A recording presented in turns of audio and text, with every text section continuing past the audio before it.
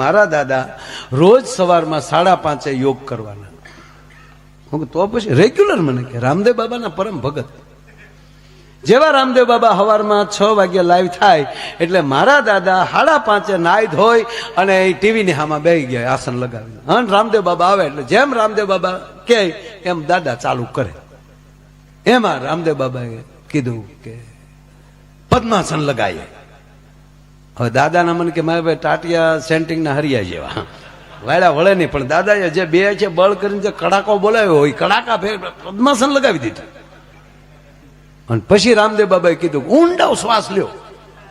અને મારા દાદાએ જે ઊંડો શ્વાસ લીધો પણ આખું બંધ થઈ ગયો. અહીંયા ઊંડો શ્વાસ લઈ લીધો અને લાઈટ વહી ગઈ. અને રામદેવ બાબાના એવા પરમ ભક્ત રામદેવ બાબા કે શ્વાસ મૂકો તો મૂકે ને. લાઈટ તો વહી ગઈ હતી, આખું બંધ થઈ ગઈ. મને કે લાઈટ આવી તા દાદા વહી ગયા.